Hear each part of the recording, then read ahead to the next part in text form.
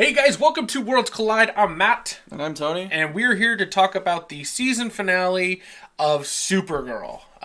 We've been following it all season. We've been super excited about it. Season finale finally happened, and we've got some things to say about it. Tony, the title of the episode was Better Angels. What did you think of the finale? I thought it delivered. It definitely delivered a finale.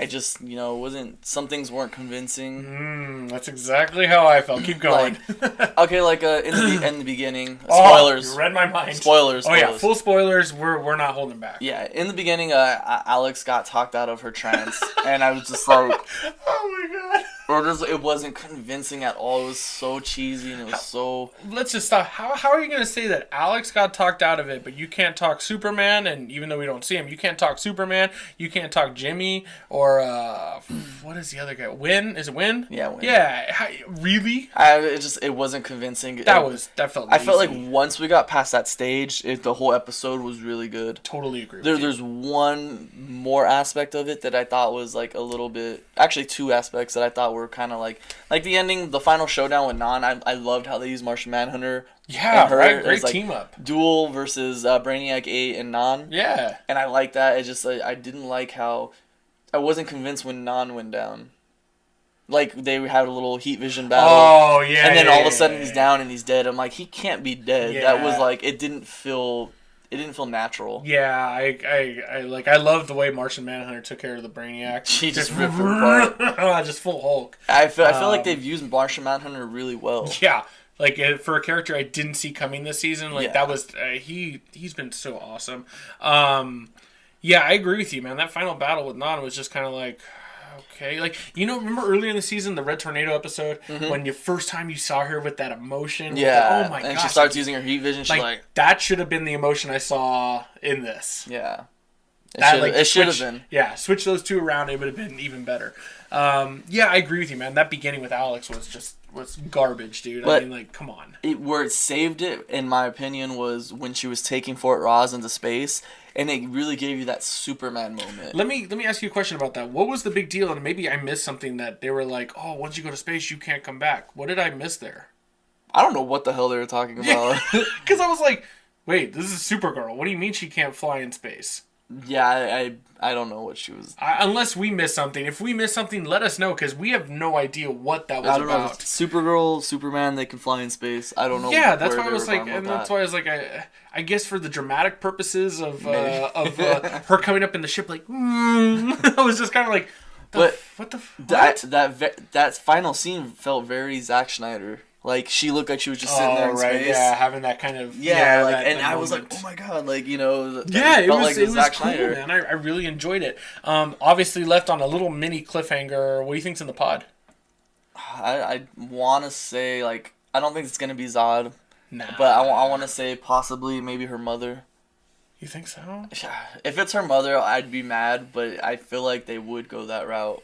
Yeah. I feel like CBS would go that route. Oh, it turns out your mother's alive. It's like, come on, guys. Come on. I feel like feels a little lazy. It might be her mother. I hope not. It's funny because when that pod scene happened, I don't know if you've seen that movie 7 with Brad Pitt and Morgan Freeman. Yeah. And at the very end, he's like, what's in the box? I was like, what's in the pod? What's in the pod? And that was that was the last part that I found that was weird about it, because they're all celebrating, and all of a sudden, oh, a meteor just so happens to hit, and she takes off. I'm like, really? That felt forced. It felt forced. They did a really good job this season of pushing what they wanted. It was almost like they were told, look, you're only going to have one season, so have fun with it. And they really kind of did a lot this season and had fun with it. But this, So, I mean, overall, as a final episode, it was really strong. It just had, some weak moments, and I was just like, why? Why do you continue to do this, CBS? I understand you're CBS. I think it's at CBS.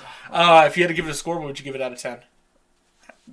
An 8. Yeah, I feel good with an 8. Yeah, an 8. Yeah. Okay. Yeah, I feel good with that. So we'll see. We're going to watch next season. It's definitely coming back. It did get renewed, so we'll see how it plays out. We'll find out what's in the pod. Yeah. As a whole, though, what did you think about the season? Okay, the season as a whole, I would give it a solid 8. Like as a whole.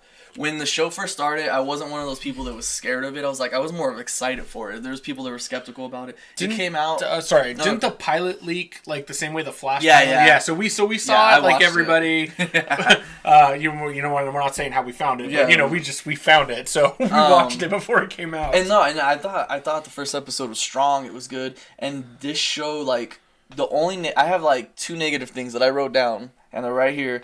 And my biggest negative was that you tease Superman way too much. Like, I feel like in the beginning episodes when they tease Superman for the first and second time, like you're like, oh my god, Superman exists. Yeah. You know, they're not pretending like he's not there or doesn't. You know, he's not real. He's there. He's alive. He's in this world. He's established, and I like that. But it's like by the time you get to the end of the season, like that final shot where you see his boots, that final shot where he's flying to Kara and he just falls, like. Oh my god! Like, stop teasing him. Like you've already teased him. Cool. I understand it's not his show. It's Supergirl show. Like, but if you're gonna introduce him, introduce him. Just introduce him. He doesn't. We know it's not his show. We know it's about Supergirl. Yeah. And make it some situations where like this situation did require his assistance, and they still never explain, or maybe they did in the previous episode why the myriad affected him. But you know, it was just like, why it wasn't doing this? Yeah. Like, come on. And I agree with that. I mean, and then the only other negative I have, actually, like, there's just 2 more negatives. But no, one of them was that like there's too many of those cheesy moments. Like, I gotta say, one of the standout episodes was the Flash crossover. Oh my gosh, it was so good. Their chemistry was so good. So good. It was an amazing episode. But what killed it for me was like at the very end when all the people hate her. And then all of a sudden she saves them. Oh, she saved us. Protect her. Like that Spider-Man 2 moment where it's like, oh, if you want to get to her, you have to go through us. Right. It's like, I don't think the people would be so easily convinced. Yeah, it would change some opinions, but they wouldn't just go it almost felt like a lot of times, I feel kind of the same way about some of these other shows. It's like it definitely doesn't feel like regular TV. It's got that little step above it, but it doesn't feel like it's making that jump to the next. It falls in between there where it's like, this could be great.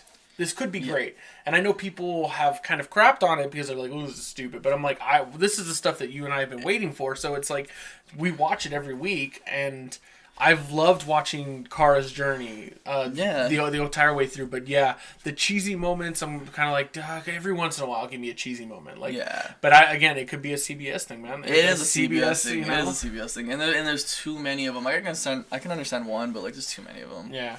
But my next negative thing was like there was too many throwaway characters like Livewire, Banshee. Yeah. Banshee felt misplaced. Banshee didn't even feel like they just threw her in. Yeah, that would Banshee was so random. And then like Livewire, like I like seeing Livewire's powers on screen. It kind of reminded me of Amazing Spider-Man 2 with Jamie Foxx. Oh yeah. But like at the same time, like her character's she was annoying, to be honest.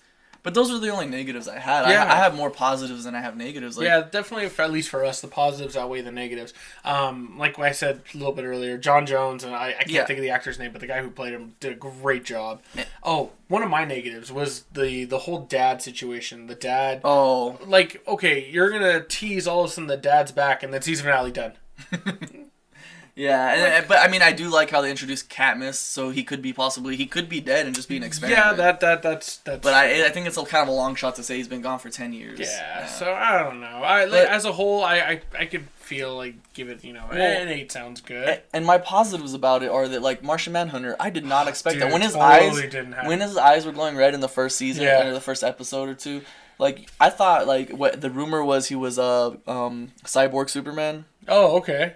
And then, like, it turns out he was John Jones. And when that episode first happened... That reveal... I was like, holy shit. Dude, they did it. And he looked good. The CG wasn't bad. Yeah. I mean, the only bad thing I have is, like, when he talks, the lip sync's a little off. But, like, it still looks amazing. And then... We know these shows are on a budgetary constraint, so we're not going to hold that too much accountable. And then they went to do Red Tornado. Even if it wasn't the fully, like, realized Red Tornado that we know and love, Red Tornado did start off as an android. And, like, I was like, oh, shit, they're going to Red Tornado. And everyone made fun of him, like, oh, Red Tomato. Or Red Tomato. I mean, it looks like a tomato met. I don't know. Some stupid shit. I don't know. But, like, that was a big surprise. Yeah. And that was an epic moment for Supergirl. Like I said, it was like they almost, like, they they weren't sure they were going to get a season 2, so they're like, let's have fun with this Yeah. while we can.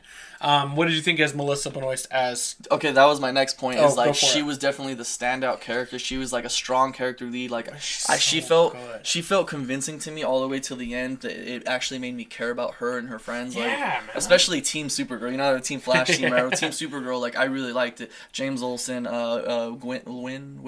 Win, I think it's Win. I don't know his last name, but yeah, Win. Yeah, and like that whole dynamic played out really well. Yeah, man, I feel like And they Melissa- cast everyone really well, and the dynamic, like you said, yeah, Melissa, I think, did amazing as Supergirl, as Kara Danvers, or Kara Danvers. Yeah. However, I even liked,